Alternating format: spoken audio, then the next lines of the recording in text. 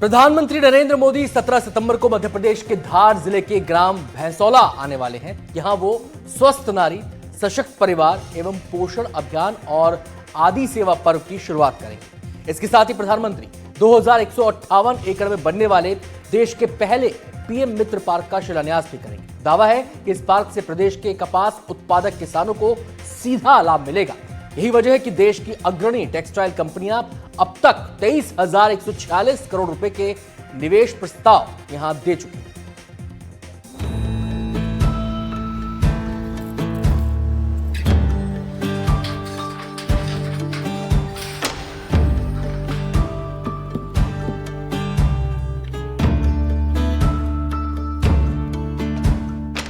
मध्य प्रदेश की धरती सिर्फ अनाज ही नहीं उगाती बल्कि धागों में भी अपनी पहचान बुनती है।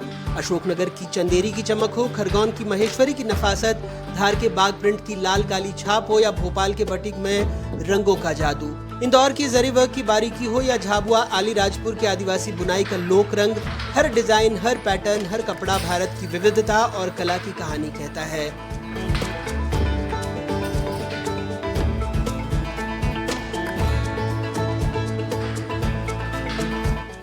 यही ताना बाना आज भारत को वैश्विक मंच पर नई पहचान दे रहा है। खेती के बाद सबसे अधिक हाथों को काम देने वाला यही टेक्सटाइल सेक्टर जो हमारे कुल निर्यात का 9% है और 2030 तक इसे 2 गुना करने का लक्ष्य रखा गया है। मध्य प्रदेश देश के 47% और दुनिया के 24% नॉन जीएमओ ऑर्गेनिक कॉटन का उत्पादन करता है। प्रदेश के 18 जिलों की धरती कपास की फसल से लहलहाती है। करीब 6 लाख हेक्टेयर क्षेत्र में हर साल लगभग 24 लाख टन कपास पैदा होता है। 2024-25 में राज्य से 9,200 करोड़ रुपए से अधिक के टेक्सटाइल का निर्यात हुआ है।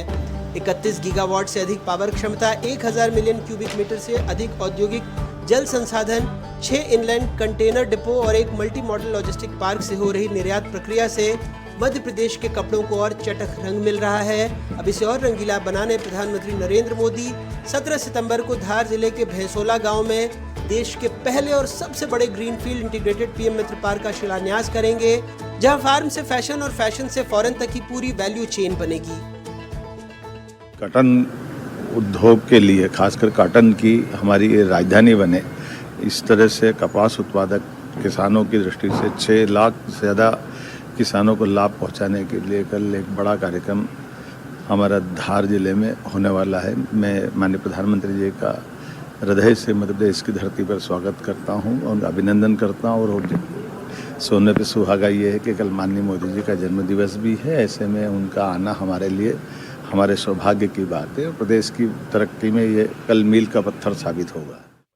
करीब 2158 एकड़ में बना ये पार्क एक आदर्श औद्योगिक नगर होगा, जहां होंगे 20 MLD का common effluent treatment plant, 10 MVA का सौर ऊर्जा संयंत्र, आधुनिक सड़कें, 81 प्लग एंड प्ले यूनिट्स, श्रमिकों और महिलाओं के लिए आवास और हॉस्टल की सुविधाएं। जानकार कहते हैं इसका सबसे बड़ा लाभ मिलेगा प्रदेश के कपास उत्पादकों को।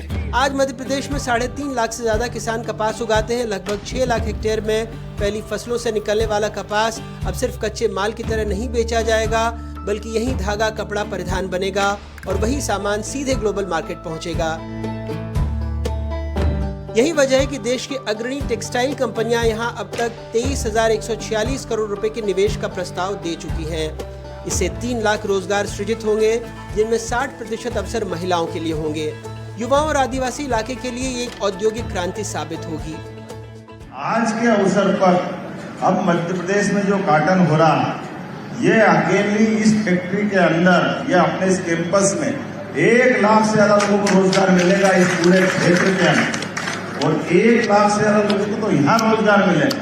लेकिन 6 लाख किसानों के लिए, उनको खास करके सीधा उनका कॉटन, उनका कपास, यहाँ धागा बनेगा, कपड़ा बनेगा, रेडीमेड गारमेंट्स बनेंगे अलग अलग प्रकार के। तो ये 3 लाख से ज्यादा लोगों को अप्रत्यक्ष खेत के किसानों के लिए एक दौर वापस आने वाला, जब हमारा वो पुराना कॉटन कपास के आधार पर पूरा मालवा और निमाड़ बेचाना जाता था। तो ये एक नई दुनिया बनने वाली, एक नया दौर आने वाला, तो जिसमें हम धार झाबुआ से लगा करके रतलाम तक, इधर उत्तर उज्जैन से लगा करके इंदौर तक, कुल मिलाकर धार, झाबुआ, रतलाम, खरगोन और उज्जैन के खेतों से निकलने वाले कपास के धागे अब सिर्फ कपड़ा ही नहीं बुनेंगे, बल्कि बुनेंगे आत्मनिर्भर भारत और विकसित मध्य प्रदेश का सपना भी।